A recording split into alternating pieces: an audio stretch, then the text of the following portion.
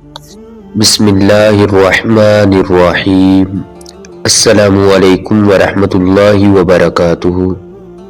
ام المومنین حضرت سیداتنا عائشہ صدیقہ رضی اللہ تعالی عنہا سے مروی ہے، فرماتی ہے کہ مجھے حضور نبی کریم رؤوف الرحیم صلی اللہ علیہ وآلہ وسلم کی ازواج مطہرات میں سے کسی پر اتنا رشک نہیں آتا جتنا حضرت خدیجہ الکبریٰ رضی اللہ تعالی عنہا پر آتا ہے۔ حالانکہ میں نے انہیں کبھی نہیں دیکھا، لیکن اکثر تاجدار رسالت صلی اللہ علیہ وآلہ وسلم ان کا ذکر خیر فرماتے تھے۔ بعض اوقات بکری ذبح کرتے اور اس کے اعضاء الگ الگ کر کے حضرت خدیجہ الکبریٰ رضی اللہ تعالی عنہا کی سہیلیوں کے گھر بھیجتے۔ بسا اوقات میں یوں عرض کرتی کہ دنیا میں حضرت خدیجہ رضی اللہ تعالی عنہا کے علاوہ کوئی عورت نہیں ہے۔ آپ صلی اللہ علیہ وآلہ وسلم ان کے اوصاف بیان کرتے ہوئے فرماتے، وہ ایسی تھی اور ان سے میری اولاد ہوئی ہے۔ اور ایک روایت میں ہے کہ اگر آپ بکری ذبح فرماتے تو اتنا گوشت ان کی سہیلیوں کے گھر ہدیہ بھیجتے جو ان کو کفایت کر جاتا۔ ایک روایت میں یوں ہے کہ جب بکری ذبح کرتے تو ارشاد فرماتے، اس میں سے حضرت خدیجہ رضی اللہ تعالی عنہا کی سہیلیوں کے گھر بھیجو۔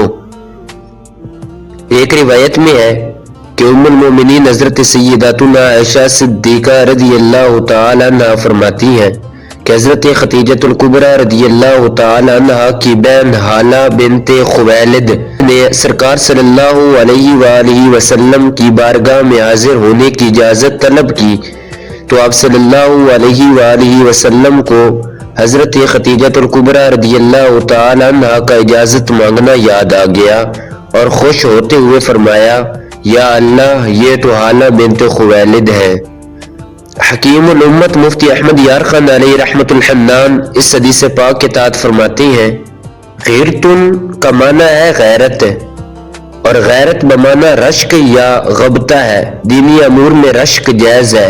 حضرت عائشہ صدیقہ رضی اللہ تعالی عنہا نے حضرت خدیجہ الکبریٰ رضی اللہ تعالی عنہا کی محبوبیت دیکھ کر رشک فرمایا کہ کاش میں بھی ان کی طرح حضور صلی اللہ علیہ وآلہ وسلم کی محبوبہ ہوتی، کہ میری وفات کے بعد بھی حضور صلی اللہ علیہ وآلہ وسلم میری اسی طرح تعریفیں فرماتے جس طرح ان کی فرماتے ہیں۔ خیال رہے کہ حضرت عائشہ صدیقہ رضی اللہ تعالی عنہا حضور صلی اللہ علیہ وآلہ وسلم کی بڑی ہی محبوبہ زوجہ ہے۔ آپ کی محبوبیت بی بی خدیجہ الکبریٰ رضی اللہ تعالی عنہا کی محبوبیت سے کسی طرح کم نہیں۔ رشک اس بات میں ہے کہ جو ہم نے عرض کیا کہ بعد وفات تو سرکار صلی اللہ علیہ وآلہ وسلم کا جوش۔ حسد کی حقیقت یہ ہے کہ جب کسی مسلمان بھائی کو اللہ عز و جل کی نعمت ملتی ہے تو حاسد انسان اسے ناپسند کرتا ہے اور اس بھائی سے نعمت کا زوال چاہتا ہے۔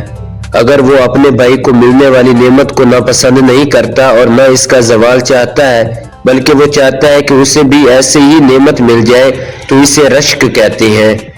سرکار صلی اللہ علیہ وآلہ وسلم کا فرمان علی شان ہے، مومن رشک کرتا ہے اور منافق حسد کرتا ہے۔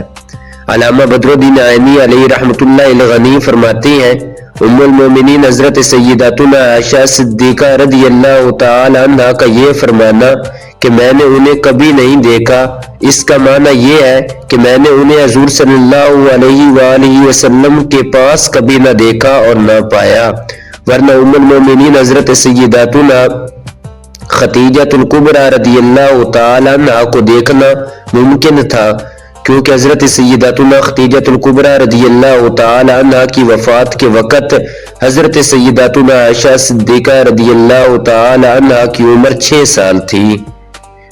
سرکار صلی اللہ علیہ وآلہ وسلم ام المومنین حضرت سیداتنا خدیجہ الکبریٰ رضی اللہ تعالی عنہا کی طرف سے بکری ذبح فرماتے، انہیں ثواب پہنچانے کے لیے اس کا گوشت ان کی سہیلیوں میں تقسیم فرماتے۔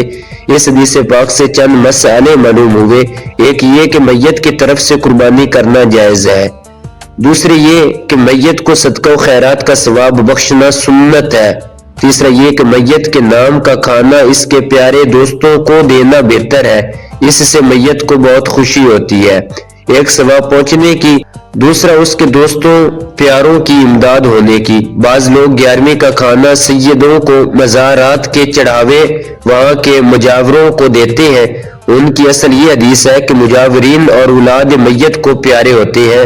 چوتھے یہ کہ میت کو دنیا کے حالات کی خبر رہتی ہے، تبھی ہی تو وہ اپنے پیاروں پر صدقہ کرنے سے خوش ہوتے ہیں۔